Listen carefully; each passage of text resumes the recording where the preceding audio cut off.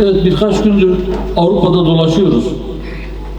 Bugün de Hollanda'dayız. İnşallah yarın da burada temaslarımız devam edecek. Sonraki gün ayrılıp memlekete döneceğiz. Son durağımız Hollanda. Bugün Den Haag'tayız. Malumlarınızdır, 2012 yılında yola çıktık. Hüdapar'ın kuruluş tarihi 2012, 10 yıldır siyaset sahnesindeyiz. Gerçekten bu alana çıktığımızda siyasete yeni bir ses, yeni bir soluk getirmek istedik, yeni bir renk vermek istedik. Ve istedik ki halkın arasında menfi şekilde, olumsuz şekilde nam yapmış siyaset dünyasının acaba itibarını yeniden biraz yükseltebilir miyiz? Neden itibar düşmüş? Çünkü memlekette genel geçer bazı siyasi kaideler artık halk tarafından da kanıksanmış. Bunun böyle olması sanki tabiiymiş gibi kabul edilmeye başlanmıştır. Neydi onlar? Ehli siyasetin kahir ekseriyeti. Ben herkesi aynı kefeye koyup kimseye haksızlık etmek istemiyorum.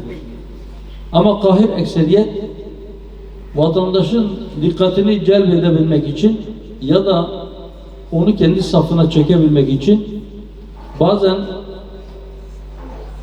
İlk söylendiğinde bile yalan olduğu çok belli olan şeyleri çok rahat söyleyebiliyorlar. Yerine getiremeyecekleri vaatlerde bulunmayı bir hak olarak kendilerine görüyorlar. Ya da makamlara gelince insanlara çok yukarıdan, çok tepeden bakmayı, onların malı olan kamu malını kendi yandaşlarına dağıtmayı bir hak, bir uslup, bir tarz olarak, hatta meşru olarak görüyorlar. Öyle ki o kadar uzun yıllar bunlar devam etti ki, o kadar yaygın bir şekilde yapıldı ki artık siyasete ilgi duyan ya da bazı siyasi hareketlere destek verenlerin siyasete girme, siyasete destek verme gerekçesi de bu olmaya başladı. Bu anlamda biz dedik ki siyasete yeni bir ses, yeni bir nefes, yeni bir soluk getirelim. İnşallah siyasete yeniden itibar kazandıralım. Bunun için ne dedik? Dedi ki biz İnşallah asla milletimize yalan söylemeyeceğiz. Kimseyi kandırmayacağız. Milletin malına el uzatmayacağız.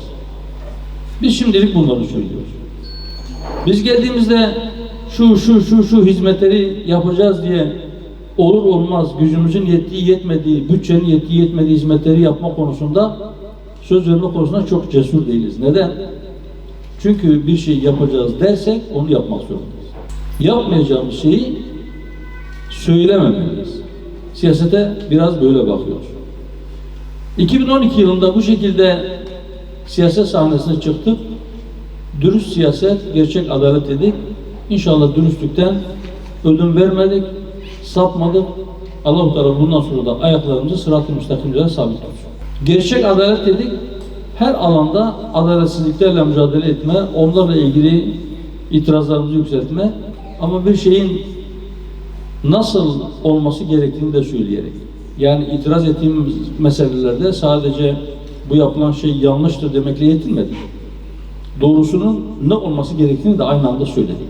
Bu tarz bir siyasete belki çok kişi alışık değil. Ama inşallah yavaş yavaş alışacaklar.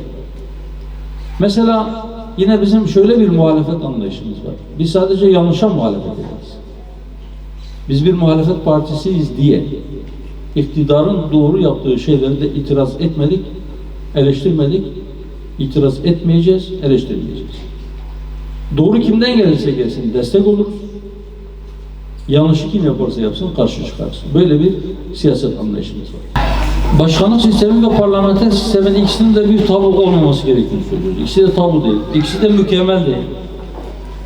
Her iki sistemle alakalı da eksiklikler var. Her iki sistemin de bir diğerine göre üstün olan tarafları var. Biz ilkesel olarak şunu söylüyoruz. Diyoruz ki Türkiye 70 yıla yakın parlamenter sistemle idare edildi. Bu 70 yıl içerisinde çok ciddi sıkıntılar yaşandı. Ben zaman darlığından dolayı detaylara girmeyeyim. Bir tanesini söyleyeyim. Mesela o 367 krizi. Sonra Cumhurbaşkanı halk seçecek diye bir anayasa değişikliği yapıldı. Erken seçime gidildi. Anayasa değişikliği yapıldı. Ve artık Cumhurbaşkanı halk seçsindendi. Yüzde kaçla? Halkın %69'unun oyu. Zaten Cumhurbaşkanı halk seçiyorsa artık ismi konmamışsa da bir yarı başkanlık sistem vardır. Yani ama böyle karma bir sistem, hem Cumhurbaşkanı halk seçiyor hem Başbakanı halk seçiyor. İki başlı bir idare çıktı. Sonra biz başkanlık seçimine geçelim dediler. O da yine meclise bir çoğunlukla geçti ve halkın onayını alarak geçti. Daha birinci dönem bitmeden dedi ki biz bu sistemi istemiyoruz. Referandumda zaten istememiştiniz. Hayır diye kampanya yapmışsınız ama millet kabul etmişti. Olmaz. Millet kabul etti ama millet bilmiyordu. Biz daha iyi biliyoruz. Hadi biz bunu değiştireceğiz. Niye? Sistem kötü uygulanıyor. 70 yıl parlamenter sistem uygulandı, o da kötü uygulandı. Şimdi 3 yılda bu sistemin bu kadar defosu ortaya çıktı mı gerçekten? Sistemde sıkıntı yok mu? Sıkıntılı yönleri var. Muhalefetin yaptığı itirazların bir kısmı haklı mı? Evet, bir kısmı haklıdır. Peki bunlar giderilebilir mi? Evet, bence giderilebilir. O yüzden biz diyoruz ki bizim tercihimiz ıslah edilmiş başkanlık sistemi.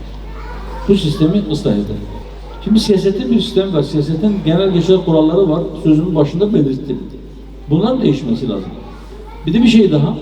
Şimdi Cumhuriyet diyorlar ki, Cumhuriyet'in en temel tarifi şudur: halkın kendi idarecisini seçmesi. Bunun karşılığı nedir? Saltanat. Yani eğer bir yerde bir monarşi varsa, yönetim hakkı babadan oğula geçiyorsa, bu saltanattır veya monarşidir, krallıktır, neyse. Ama bir kişi kendi idarecisini seçiyorsa bunun adı Cumhuriyettir. Cumhuriyet halkın kendi idarecisini seçmesidir. Babadan oğula tevarüs, miras yoluyla geçmemesidir. Biz şunu dedik parti programımızda, diyor ki gerçek bir cumhuriyet rejiminde idare edenler halkın vekilidirler, halkın adına milleti, memleketi idare ederler. Öyleyse onlar halkın istekleri doğrultusunda, onun inancı doğrultusunda bu işi yapmak zorunda. Şimdi madem Cumhuriyet halkın kendi idaresini seçmesidir, o zaman o seçilen idareci halka sen şunu yapacaksın, bunu yapamazsın, şöyle giyinemezsin, şuraya gidemezsin diye dayatmada bulunma hakkı yok. Halk ne isterse, nasıl istiyorsa öyle idare etmek zorundadır. Aksi halde kendi görevini, yetkisini, sınırları aşmak suretiyle kötüye kullanmış yapıyor. Birileri çıkıyor diyor ki biz buranın sahibiyiz. Kimsenin değiştiremeyeceği şu kurallar vardır. O kuralları da biz koyarız. Biz diyoruz ki sen kimsin? Kimsin sen? Kim sana bu hakkı verdi?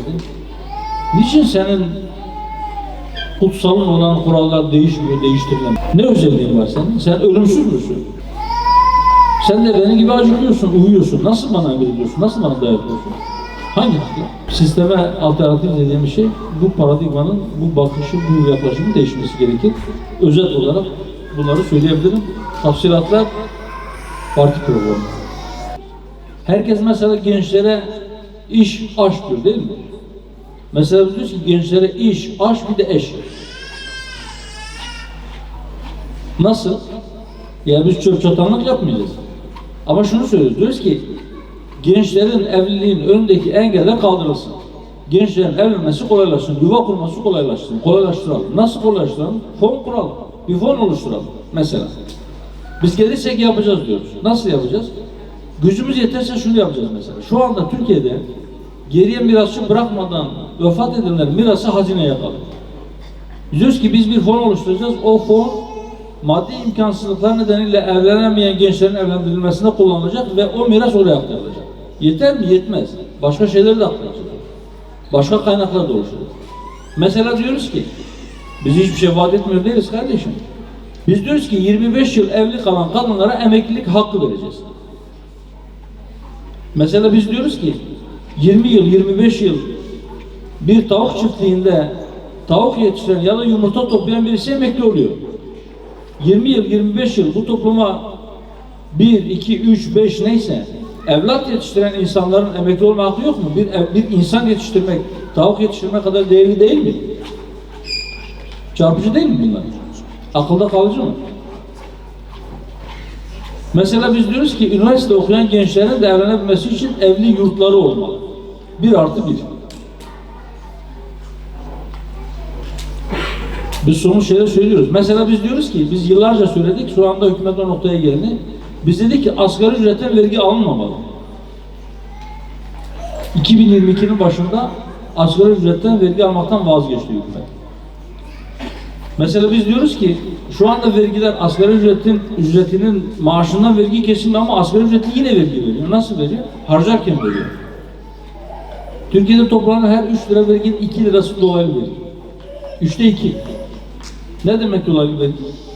Siz kazanırken vergi vermiyorsunuz. Harcarken veriyorsunuz. Harcarken vergi verdiği için kişi vergi verdiğinin farkında da değil. Ekmek alıyor, içinde vergi yok, ekmeğin fiyatı zannediyor. Otobüse biniyor, vergi veriyor, otobüsün biletinin fiyatı zannediyor. Uçağa biniyor, uçak bileti şu kadar çok pahalı olmuş diyor, vergi verdiğinin farkında değil. Arabasının deposuna mazot dolduruyor, yarısının vergi olduğunu bilmiyor. Asgari ücret yine vergi veriyor. Biz diyoruz ki biz gelirsek asgari ücreti vergi vermeyecek, dolaylı vergilerin toplam vergi gelirleri içerisindeki payını aşağıya çekecek. Biz diyoruz ki onlar diyorlar ki vergiyi tabana yayalım, taban vergi versin, taban da teşvikler alsın. Biz diyoruz ki biz gelirsek vergiyi tavandan alacağız, refahı tabana yayacağız. Aslında bunlar slogan gibi cümleler. Ama biz yapamayacağımız şeyleri söylüyoruz.